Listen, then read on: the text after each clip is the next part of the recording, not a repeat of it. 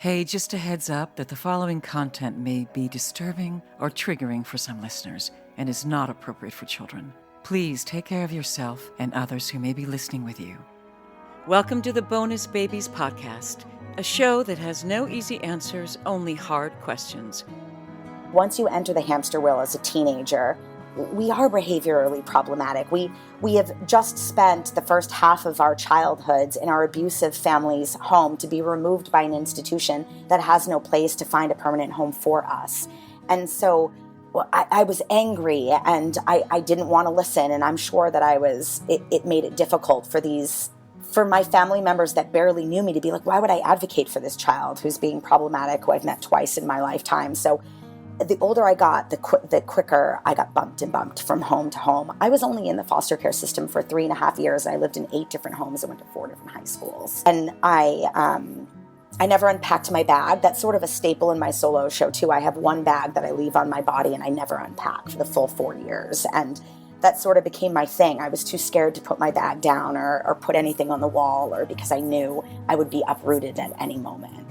And then my junior year in high school, they had exhausted all the family options, and I finally lived with strangers, and that's where it got ugly.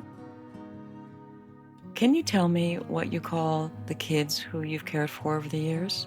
We feel that the children that we receive coming into our home are bonuses. So we call them bonus babies. I love that. This is your host, Jayne Amelia Larson, and I'm a CASA, a court-appointed special advocate volunteer for youth in foster care. Yeah, I know it's a mouthful.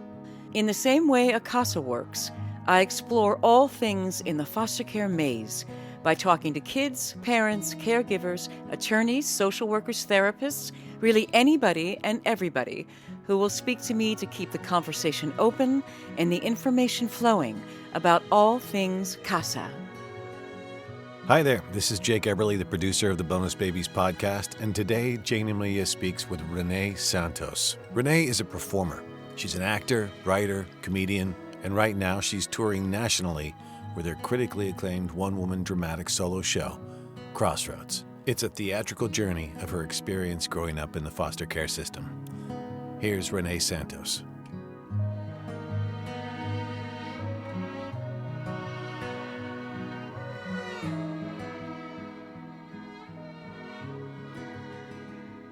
Hey, I'm here with Renée Santos. Hey, Renée. Hi. How you doing today? I'm doing quite well. How are you? Thanks for having me. Oh, yeah. I'm so glad that I found you, that I met you at that event, and that you are willing to share a little bit about your story.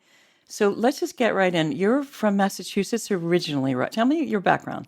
I am originally from Massachusetts. Yeah, I was born in Hyannis, Massachusetts, where the Kennedys Hyannis, live. I love that town. I love that town. Yeah. Technically, I think Falmouth, maybe. I don't know. But yes, I know that too. Yep. Born and raised, raised till a teenager in Cape Cod, Massachusetts.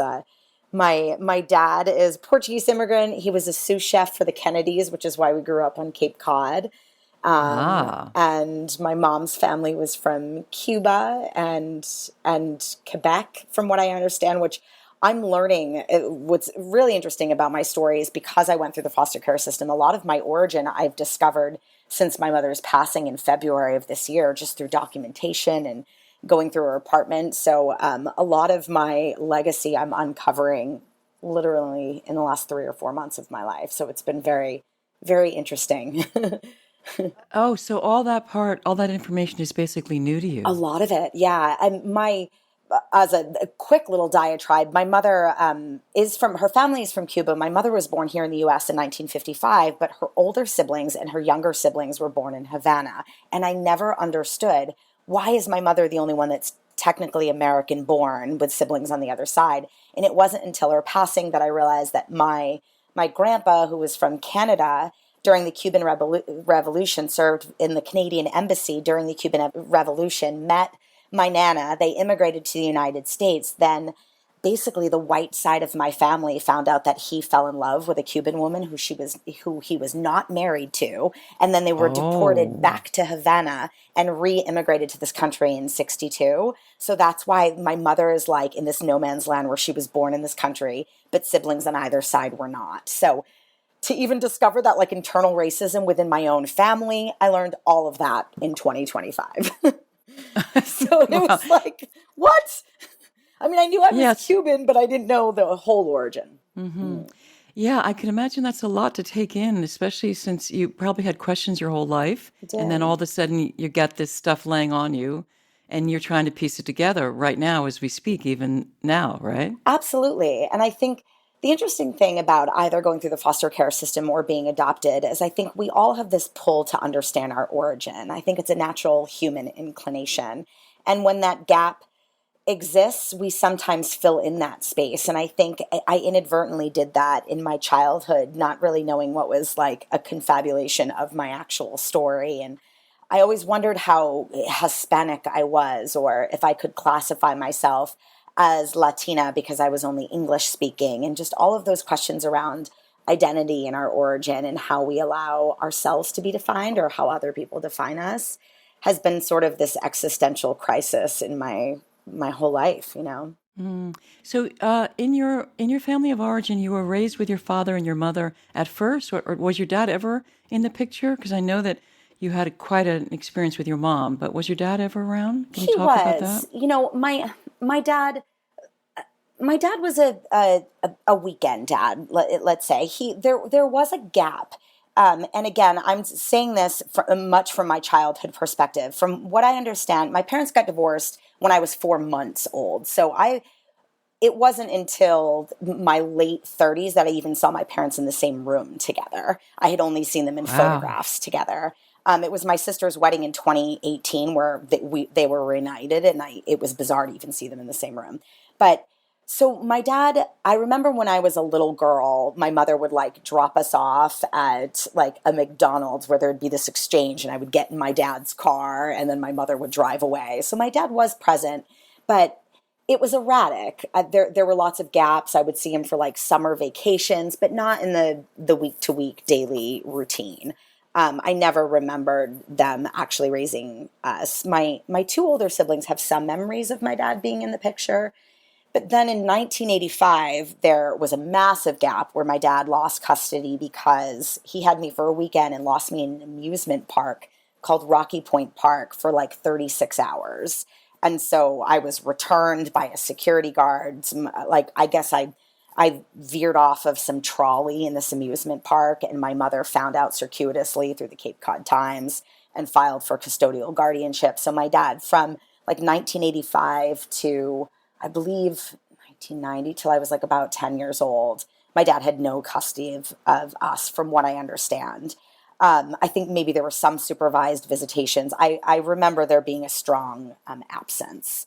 And then whatever, through court hearings, I'm not quite sure, my dad regained some type of custody, and I remember having visitation again with him.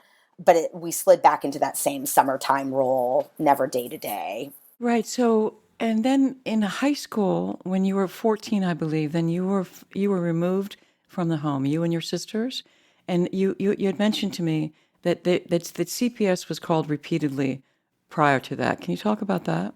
Sure. I'm sure, as you understand, a child is not removed from their mother's home by one phone call or one instance. I think there is an advocacy to keep your children, you know, with the parents. So I don't know how many times my mother was called. There was a substantial amount of physical abuse in the home that sort of culminated into an event that is actually in my solo show. It's sort of the inciting incident where I had gone to sleep over my friend's house, and I was caught smoking a cigarette at 13 in the back porch, and my mother witnessed this by taking my dog out for a walk.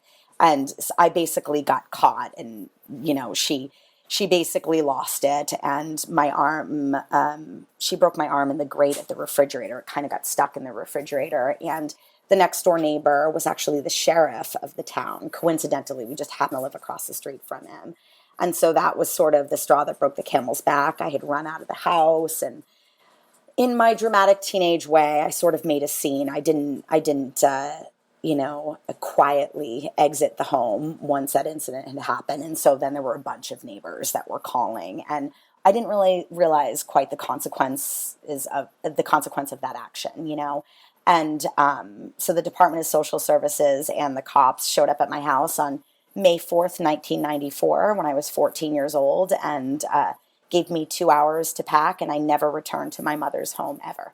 And that was 30 years ago. This is actually the 30-year anniversary, because it was May 4th, 1995, yeah. Wow. So were your sisters taken with you, or were they already out of the house by then? My oldest sister, Teresa, was 19 at the time, so she was already legally an adult. The second eldest, my sister Nina, is 2 years older than me. She was almost 17. So when we had been removed, she was able to stay with a friend because she only had about 18 months left of high school.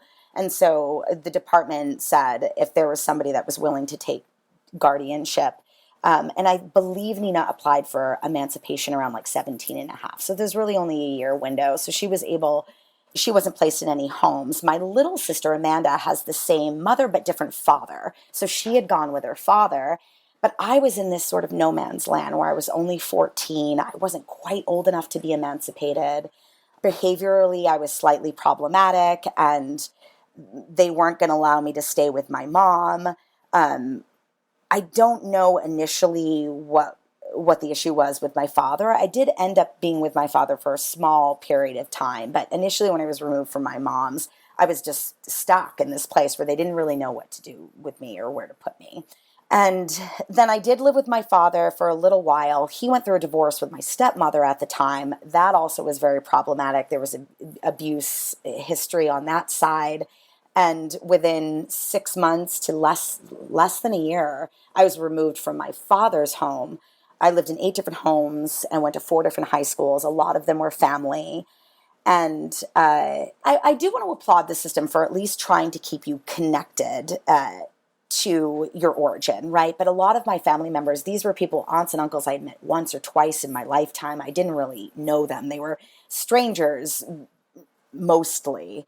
So I lived with them first, and then the older I got, the harder it was to stay. And that's part of the outreach I'm trying to do with my show, is I think once you enter the hamster wheel as a teenager, we are behaviorally problematic. We have just spent the first half of our childhoods in our abusive family's home to be removed by an institution that has no place to find a permanent home for us. And so I was angry, and I didn't want to listen. And I'm sure that it made it difficult for my family members that barely knew me to be like, why would I advocate for this child who's being problematic, who I've met twice in my lifetime? So the older I got, the quicker I got bumped from home to home. I was only in the foster care system for 3.5 years. And I lived in 8 different homes and went to 4 different high schools. Unbelievable. Wow. So it was a lot. It's like, and I never unpacked my bag. That's sort of a staple in my solo show too. I have one bag that I leave on my body and I never unpack for the full 4 years. And that sort of became my thing. I was too scared to put my bag down or put anything on the wall, or because I knew I would be uprooted at any moment. And then my junior year in high school, they had exhausted all the family options, and I finally lived with strangers. And that's where it got ugly, my last year or so. And my senior year, my sister Terry, which, sidebar, I was listening to your podcast with Dr. Danica Keenan, I think is her name. Yeah, Denisha Keating. Yes, she's wonderful. I just started following her on Instagram too, which is beautiful what you're doing because it's connecting people like us. And she was like my sister Teresa, where she took in her 5 siblings. That's what Terry did, but it was for me. So Terry was 21 years old or 22 years old. I was 17 at the time, but because of my behavior, I also had started to dabble in drugs. So I tested positive for narcotic drugs use, so the courts would not emancipate me. So I was in this window where I was 17. I had about 11 months until my 18th birthday, but they were not going to release me to the wild. So my sister Terry took me in to get me through that last stretch of high school. And yeah, so technically my 22-year-old sister, who had a 4-year-old daughter of her own, was my parent my senior year. My goodness, wow. And were you able to finish high school? I was, yeah. Good. That's a big part of my story. My sister, I have to say, she was definitely the conduit for me to seeing what was possible. She introduced me to what the FESFA was, and I applied for colleges. I got my BFA from Emerson in 2002, so I graduated high school Yeah. Wow. And I remember hearing my social worker say in one of the final meetings that I was at that only 3% of foster kids even apply to colleges, and only 5% of that 3% graduate from a 4-year institution. And I remember thinking, I'm going to be one of them. I'm going to. And my sister Terry really honored that vision, and we started looking into scholarships. And I wanted to be an artist. And of course my family was, I think every family is concerned when somebody wants to pursue art. Yes, it's so difficult. But then as a foster kid who wanted to pursue art, they were like, what are you thinking, Renee? But I had a strong pull to pursue that. My sister Terry helped me find a lot of scholarships. And ultimately, I went to Emerson because it was a school in Massachusetts. So I was given a lot It's of... a great school for really is. performers, for artists, for creatives in general, right? Yeah. It really was a special experience. So, and that's what I'm trying to do with my show. I want low-income students and foster kids to have resources and access like I did, that I sort of cut and pasted and found ways to make it happen. But a lot of it, I made a lot of mistakes. I didn't get as many scholarships as I wanted. I applied for a lot of loans because those were easier applications. And then, I paid those back over 25 years, things like that, where, wow, if I could really impart some type of strategy for people like me and sort of open the door for integration programs for foster youth too. I'm currently working on bringing my story to nonprofits to use as a fundraising incentive for some of their programming.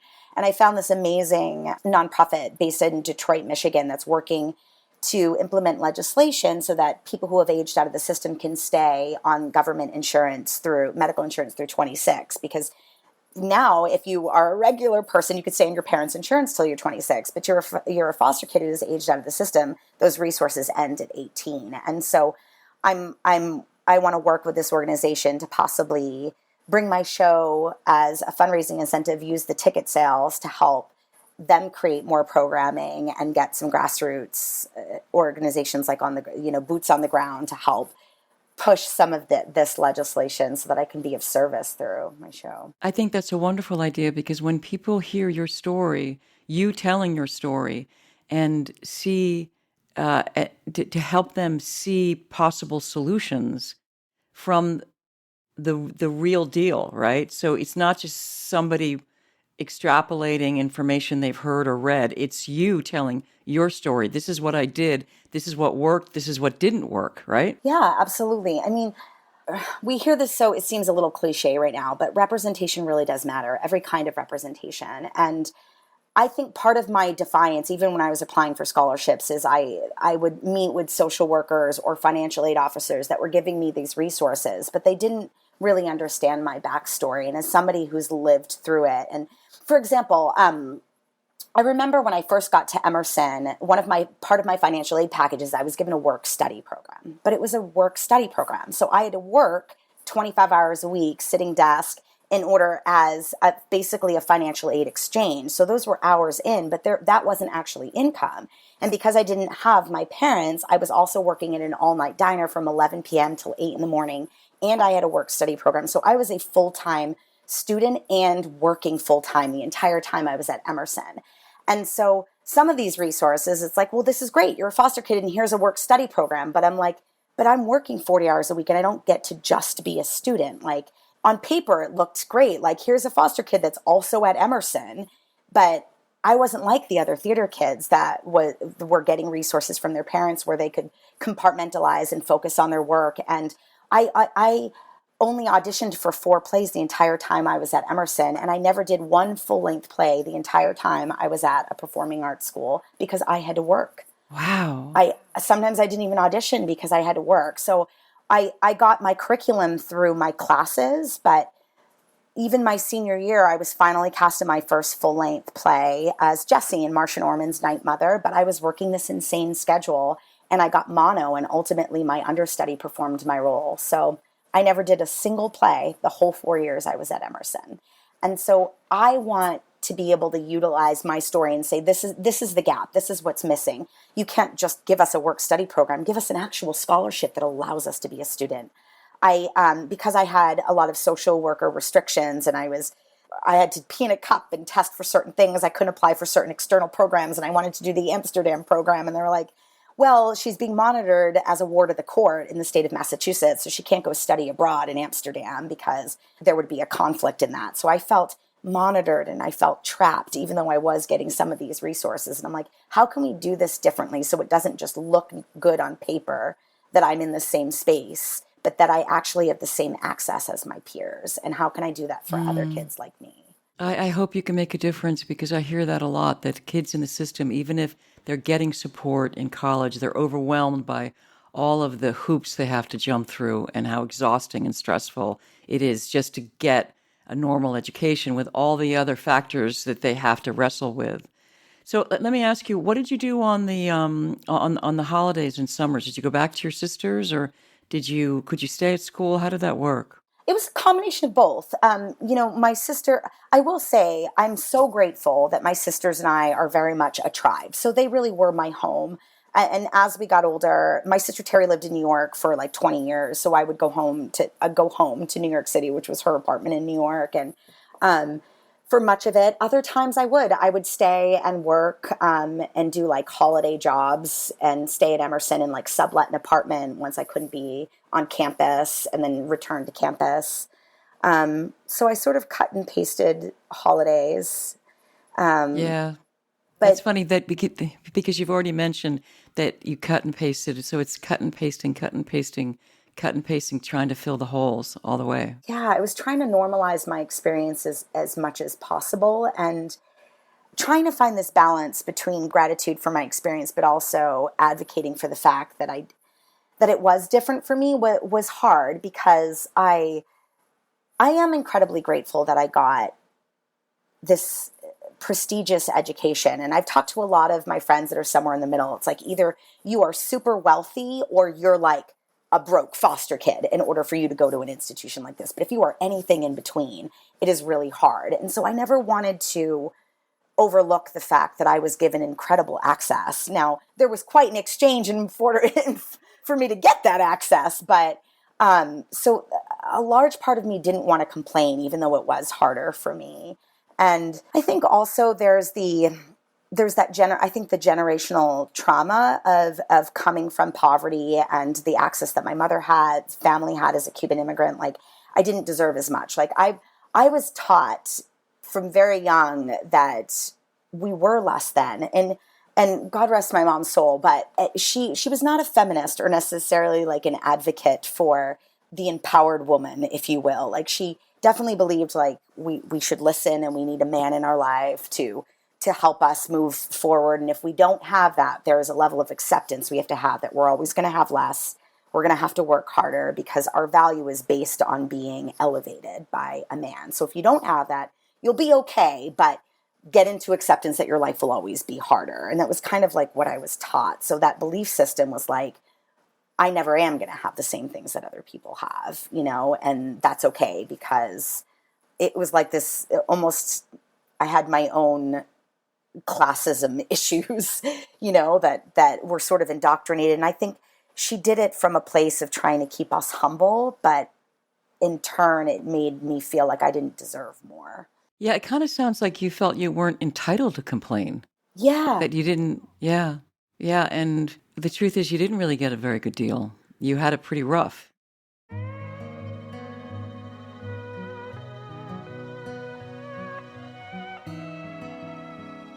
So what happened with your mom? Because you didn't see her for years. Now, I want to hear what was there. There was no reunification until.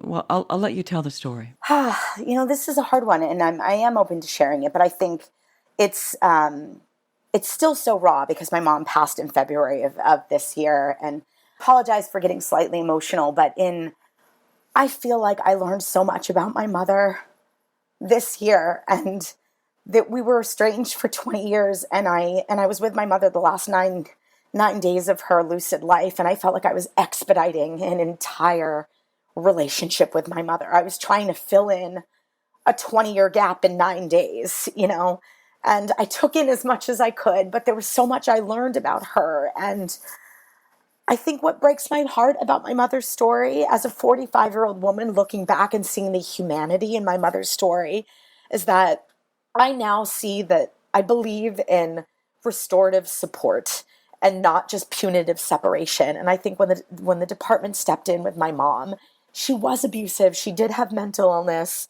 but they didn't give her resources. They just removed us and criminalized her behavior. And I see back how hard that was for her. Like, she wasn't treated like a human in a way, because I believe that humans can be rehabilitated. And I think that discouraged her. She lost a lot of that confidence that she could get us back. And after my mother's passing, I was going through her documents, and I found a letter when I was 16 that my mother wrote when I was 16, where she was petitioning for guardianship.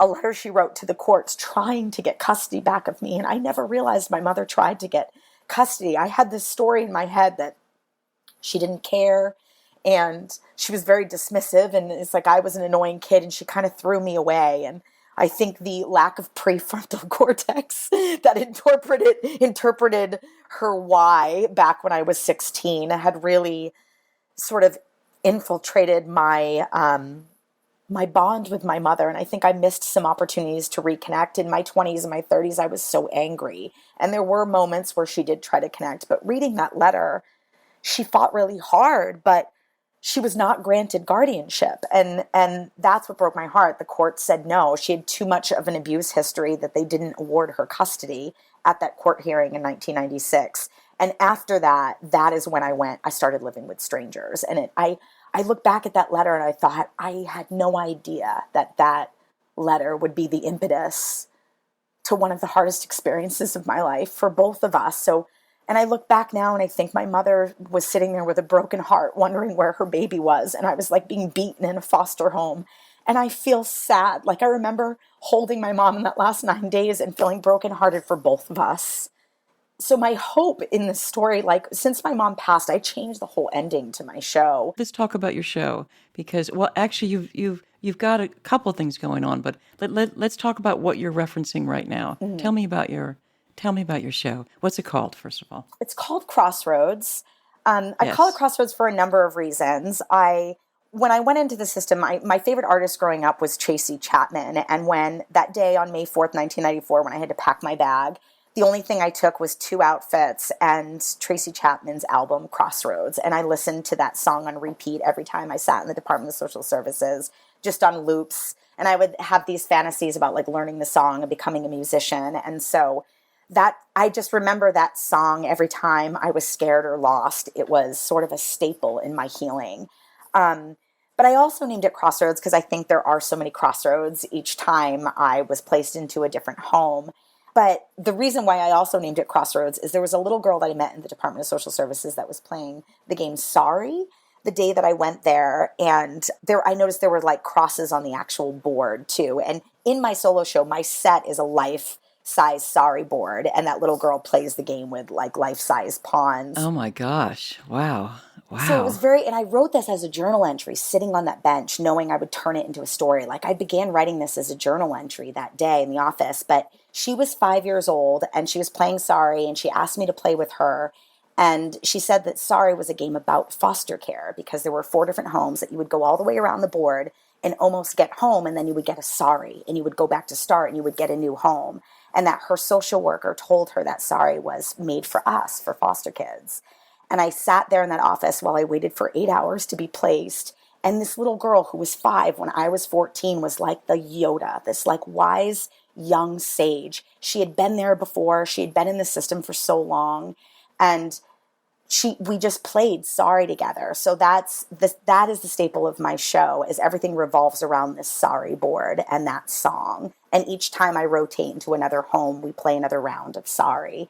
And this little girl comes in as one of the characters. I play 17 characters. I play all of my siblings, my foster siblings. I play my mother. I play this little girl. And we all have numbers. I'm sure it's slightly different in California, but when I was in the system, I was part of a program called CHINS in Massachusetts. It's called Child in Need of Services, and we were appointed numbers. And that's another sort of huge part of my show. The day that I was placed, they covered up my name and my birth date with my number, and it said CHINS 143. And I remember just freaking out at the social worker that put like an Avery label over my name and my birth date that said Chins 143. And I was like, why are you replacing my name with a number? And this little girl's number was 33. And so throughout the show, each child that is placed in the system, their names are removed and they're called a number for the remainder of the show. Because I wanted to symbolize that once you can put us in a crossroad and you can put us in a game, and it's easy to categorize us or easily reference us or detach us once we become an it or a number. And I wanted that to be sort of a through line in my story. Right. So you said that because of what's happened with your mom and her death and you being there, you changed the ending. So how did that work out? I mean, it really was amazing. Honestly, I feel like this show, really, I have been a messenger for a source greater than me writing this show. I don't even feel like I wrote the ending of this show. It was almost like God and my mother wrote it. But I think at the first rendition of the show, my mother was much more antagonistic.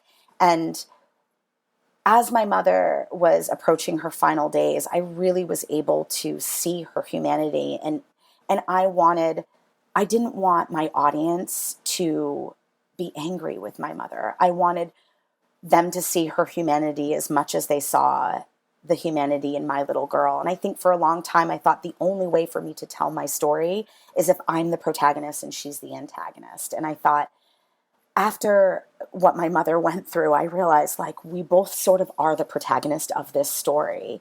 And how do I tell a foster care story but still tell the story of my mother? Because my mother was both my monster but my mother at the same time, you know? And how did I reconcile that? And I think the ending of my show finally clarifies how you can have both in a lifetime. When my sisters and I were deciding, well, it was really my mother's decision whether or not she would go through chemotherapy. She was given a pretty bad diagnosis. She was diagnosed with stage 4 ovarian cancer and given 1 to 3 months to live. And she died 31 days after her diagnosis. So it took her pretty quick. But when we met with the gynecological oncologist, they gave her the option of chemotherapy, but said it would really only like buy her a little bit of time just to kind of get her affairs in order and things like that. And I remember my mother asking, and this absolutely, I sat down in the lobby after this and wrote the ending of the show after this exchange, but my mother said to the oncologist, just be honest with me, doctor, is this going to kill me? And the doctor said, yes, Marie, this is going to take your life.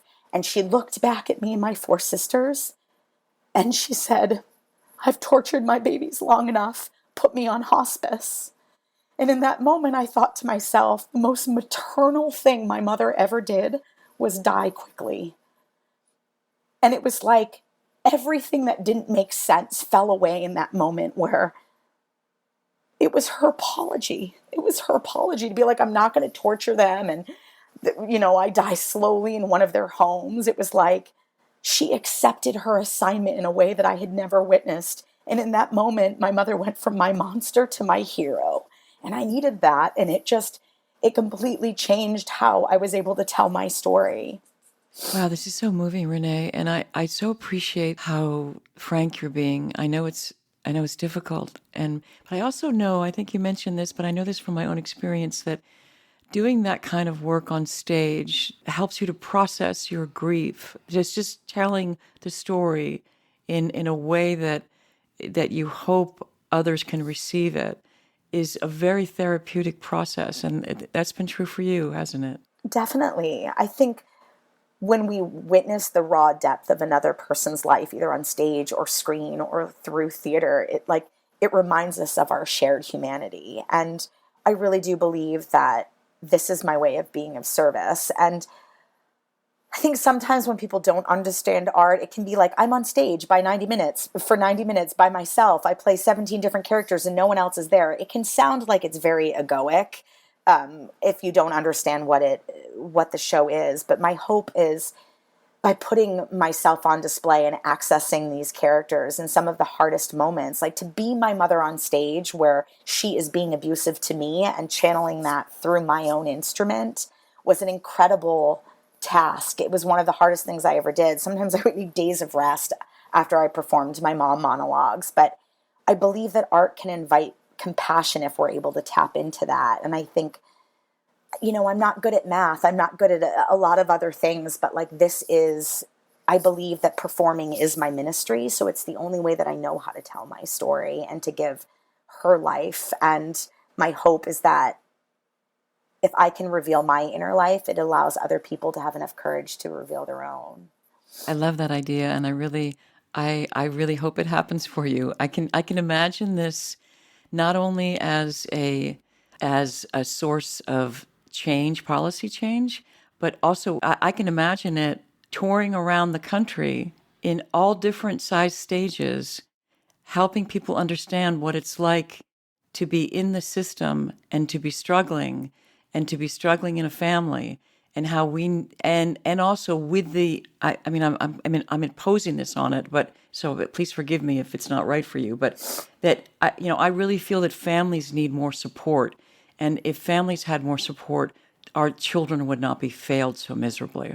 I agree with that. And that's definitely been what has shifted as this, my show is very much like a living, breathing mechanism, like as I evolve as a human being, I also notice my story has evolved. And that's what I learned in this last 6 months with my mom's passing, is that my story does have an opportunity to interrupt that silence where there isn't help for these parents. And I think, when I first wrote this show, people asked me why I wasn't angry.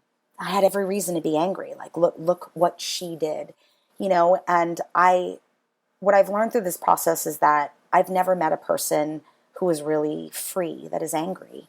And I wanted to choose that. And my hope was that I could be this vessel for like truth and reflection, so other people could transform their anger too. Because there's so many of us have a really good reason to be pissed off. And I just think like we can't affect change if we're just angry. And I knew that if I could find the healing in the telling of my own story, that it sort of puts like a mirror up to society. You know what I mean? Like it offers kind of that deeper complexity of the human experience, and that we're all having it. That's the other thing. We don't know the person that like cuts us off in traffic. Like, who knows if their mother didn't die like a couple weeks, you know what I mean? Like bringing my story to the stage has softened my judgment and my discernment of other people's experience too. And even people who are not in the foster care system, that is my hope, that when you see Renée Santos walking down the street, you don't know the life that I've lived. And then I wonder when I see you walk in a room, I thought that when I first met you and I saw your hair and I was like, ooh, I wonder what her story is. And I think just writing my story, I've started to ask myself those questions about the other humans that just walk into my space. Because I'm thinking for this person to be here and for her to have this vibrant energy that just speaks, like you just had an essence when you walked in the room. I knew I didn't need to know your story to know that it had incredible depth in that moment. And that is my hope, is that if we can all heal, we'll walk into a space with that level of essence that gives other people permission to be their fullest selves. Oh, gosh, I just love that idea. I think the world would be such a better, happier place if that were more true. Yeah.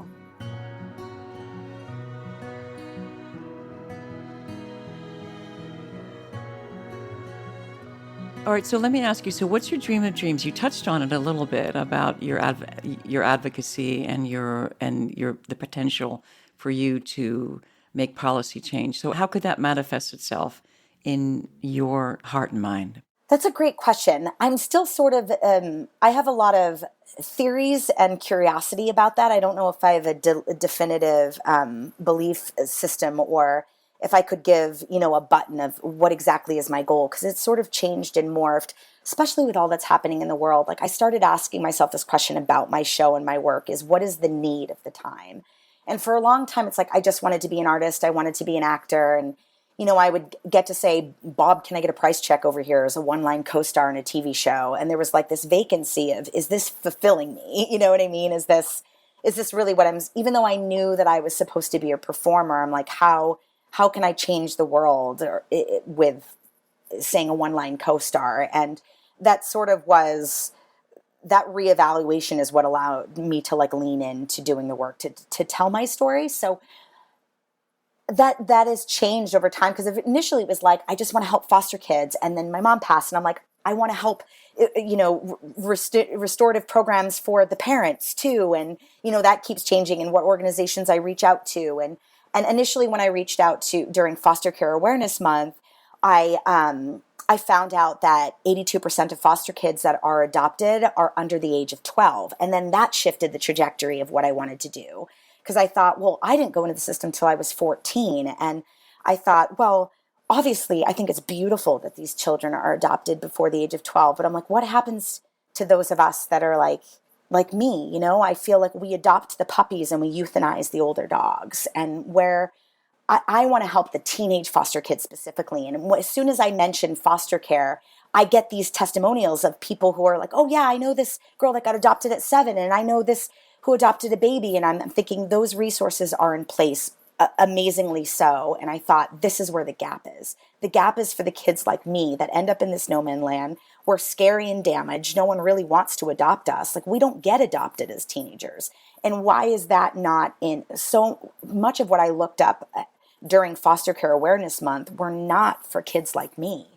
And for a long time, I didn't think my story was worthy of telling, because I thought, well, I was only in the system for 3.5 years. I lived with mostly family members. No, it's fine. I'm not like a real foster kid. So like no one wants to really hear what I have to say. And I didn't realize that my story mattered. And so part of my goal is to show that there is not a timeline that makes our stories matter. A plane crash can happen in 20 minutes and it can be a life-changing event.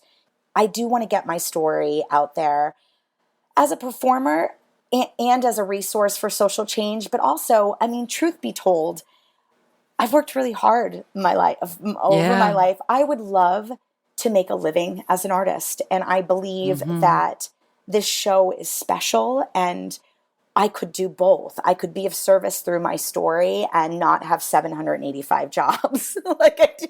You know what I mean? I want to file my taxes and under occupation put artist and have that actually be the source of my income. Okay, that's a really good goal. I totally support that, because I totally understand what you're talking about. And I also know that probably inadvertently, this show has made you a better actor, hasn't it? Definitely. I mean, it's incredible. Like, we don't become avid musicians if somebody only lets us pluck one guitar string every 5 years. Exactly. It's like somebody has to let you play a song in order to be able to cultivate the art. And to play 17 different characters by myself on a stage, I mean, the subtleties, it changed me as an actor. And the hardest part, honestly, was to play myself, because I play me from 14 to 45. And how do you create the subtleties in my acting to play a 30-year range of the same human being was harder than the caricature of my mother or this little girl who was 5 years old. As hard as they were, it was easier to tap into that than what does 14-year-old Renee look like different than 22-year-old Renee, than 33-year-old Renee. And I'm like, oh, how do I make those voices distinct, Right. So that, and in the start of my show, my arm is broken, but because this is a one-woman show, it's not like I have stage hands helping me wrap my arm. So I had to have moments, and my story is not linear. So I had to be cognizant and still focused on like, okay, when is my arm broken? And now in this monologue, my arm is not broken because I'm 4 years older. And now I'm back in the Department of Social Services, and that arm is broken. And there would be moments where my director was like, Renee, you're doing this. Your arm's broken. Your arm's broken, Renee. And I'm like, oh, that's right. Right. My arm's broken. So all of those little subtleties to create the nuance of distinguishing between each transition. In the foster care, in my social worker meetings, there's a lot of foster care scenes where I play all of the foster kids, but we're in an argument. So to find those subtleties too, like it's not like I could slowly say a line and then transition to another character slowly. It was like, these characters are arguing with each other, and how do I make it clear who's talking in those moments, since it's me, So it challenged me a lot, and I was exhausted. as a sidebar, I am a triathlete as a passion, and I am more tired after performing this show as an actor than any Ironman triathlon I've ever completed. Like, isn't that amazing? And I know that firsthand to be true, that it is so rigorous, right? That the mind and the body operating at once, just whew. yeah. And to also be the watcher of it at the same time. This is why it's hard for me. Like, I don't ever want to assert my position around like spirituality or religion onto anybody else. But in my experience, it is impossible for me to believe that there isn't something greater than me, because there are also moments in my show where I feel like I'm just the watcher and I'm like, I don't even know who is doing this, but it doesn't feel like me. And the words just flow out of me. And I feel like I'm sitting in the audience with everybody else. And that's honestly when I feel the most tapped in, when I become that watcher and I'm not cerebral. Yeah, you get in a zone, right? Yeah. Yeah, you get in a zone.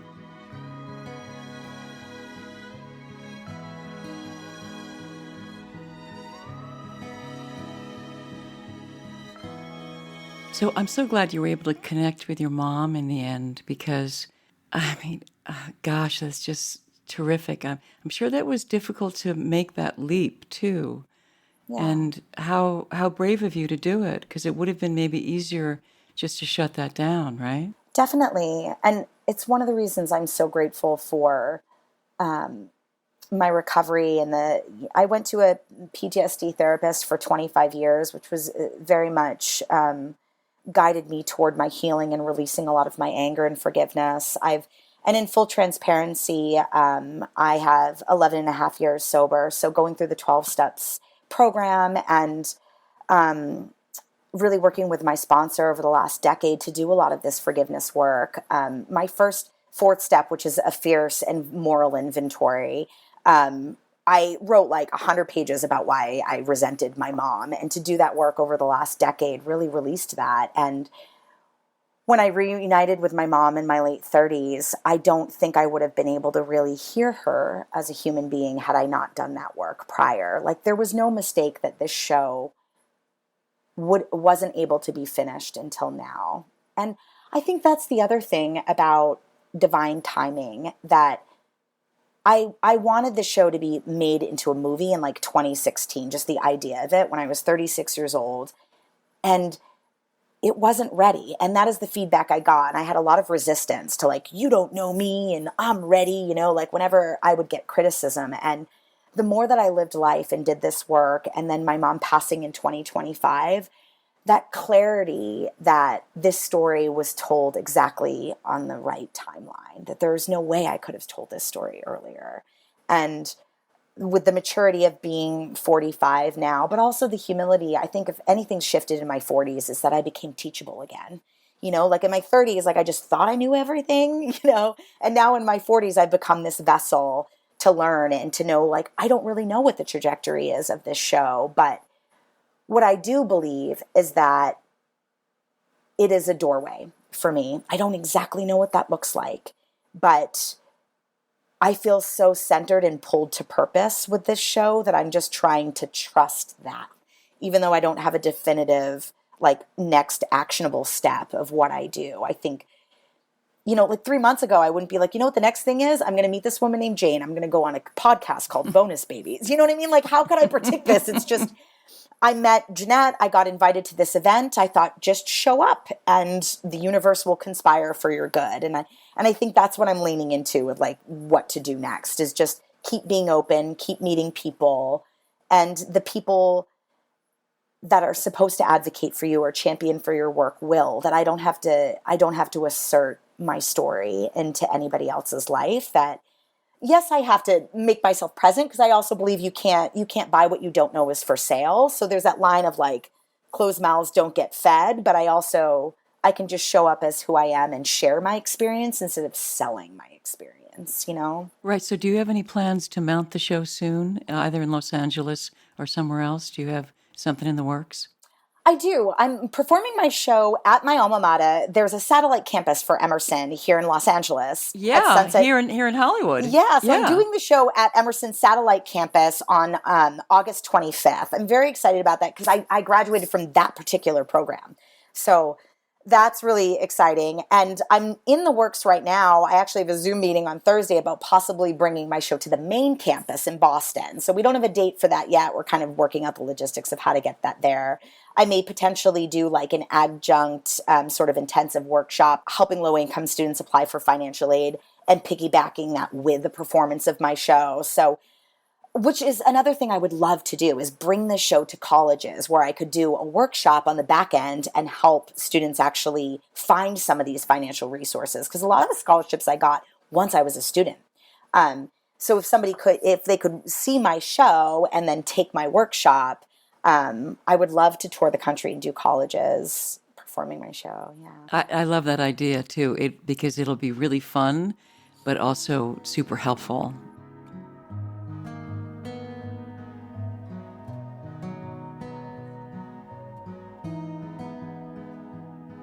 Let me ask you one last thing that I ask all my guests. And what is the one thing that no one would ever know about you unless you told them? I guess there is one thing that in 2017, I actually, I was a competitive triathlete and I tore my iliopsoas muscle and dislocated my... Which is what? Wait a minute. Which one is that? The iliopsoas. So the psoas, if you look it up, it's spelled with a P. I didn't even know when I tore this muscle. I tried to look it up with an S, and it's PSOAS muscle. And it basically looks like the belt around your hips. And the iliopsoas are like they almost look like spider webs that hold that to your gluteus maximus and basically hold your whole hip flexors in place. But I tore that muscle in 2017 and almost couldn't walk for like 18 months, had a brace and a thoracic cavity brace that almost looked like Buzz Lightyear. It was like this white dome that I had to walk around with to stabilize my spine. I was a candidate for a spinal fusion surgery in 2020, but because of COVID, they weren't doing any non-emergency surgeries. And so I went into a 4-year exhausting my non-surgical options. And so I have a major spinal injury and walk around with a brace, but I still do the solo show and I flip and I flop, and I really believe in holistic medicine, but most people do not realize that I was a spinal fusion candidate and I have no disc between my L5-S1. I get spinal injections to inflate my spine with collagen every 3 months so that I don't have nerve damage to my right leg, but it's sort of my day-to-day sort of cross to bear, but I do believe in its healing, but I'm still on a waiting list to get a spinal fusion surgery, and I just show up for my life anyway. But looking at me, people are pretty shocked that I... No, I would never have guessed that, because you look super fit, super athletic. You have terrific posture. You were very quickly moving around and expressing yourself. I didn't see any pain or lack of agility or anything. It's totally hidden. Yeah, and Wow. That's, I mean, one of the things I'm hoping that people see, and I learned this the hard way because I was going to get this spinal fusion, and then the weird blessing in disguise of COVID and not being able to get the surgery and having to go through physical therapy and acupuncture and chiropractic, and I do restorative yoga, and it's a much slower process. I mean, I tore this muscle in 2017. I'm over 7 years in, and I still have a lot of problems. I walk with a brace, I sleep with a heat pad. But I do believe in my healing. And when I first was given this diagnosis, I joined a bunch of like Facebook groups, and these people were just so sad and despondent, and they had really believed in the diagnosis of like they wouldn't be able to walk again. And I believed in the prognosis, but not the diagnosis. Like I knew I had to slowly heal, but I also believed that I could continue to be an athlete. I can't do triathlon. I'm not doing that level of athletics, but I still run up to 3 miles. I do it with a brace. I swim. I have found ways to stay active and not just accept the fact that like I have this debilitating, disease. I don't even like to say it like that because technically it's called lumbar spinal stenosis. You don't have to memorize that, but, I try to not give that too much of a voice. And I'm like, I have a spinal thing. And yes, I have to be cognizant of it, but I've been told a lot in my life that I can't do something. And I just don't believe that. I think it's whatever we're attached to. I like to say, don't tell me what I can't do. I'm too busy doing it. Thank you so much, Renee. This has been a terrific talk with you. Thank you for being open to this and for being such a creative and generous person too. Oh, thank you. And you as well. I'm so impressed by your work. And I was watching your video about the driving for the Saudi princess. Like, I'm riveted by your story too. So thank you. All right. Thank you, sweetie. Thank you so much. Thank you. I appreciate you. Thank you, Renee, for sharing your incredible story with us. I really do believe that what you're doing will more than give back. For those of you who are living in Los Angeles and would like to see her show, it's called CROSSROADS, written and performed by Renée Santos. It's Monday, August 25th at 6:30 p.m. at Emerson College, 5960 Sunset Boulevard, 90028. Thanks again, Renee, and break a leg. Stay tuned. We have more episodes coming. Take care. Be well. If you or someone you know is harming themselves or thinking about harming themselves, go to crisistextline.org. If you see something, say something. If you suspect a child's health or safety is jeopardized in any way by parents or anyone else, contact the Child Protective Services Agency in your county. 24-hour hotlines are staffed by trained social workers who will help you through the process, and you can do so anonymously. In California, you can call the Child Protection Hotline at 800-540-4000. So if you see something, say something. You might be saving a child's life. If you want to know more about becoming a CASA anywhere in the country, go to nationalcasagal.org. And in LA, casala.org. And if you want to know more about becoming a foster parent, check out the National Foster Parent Association at nfponline.org. There's also faithfosterfamilies.org and adoptuskids.org.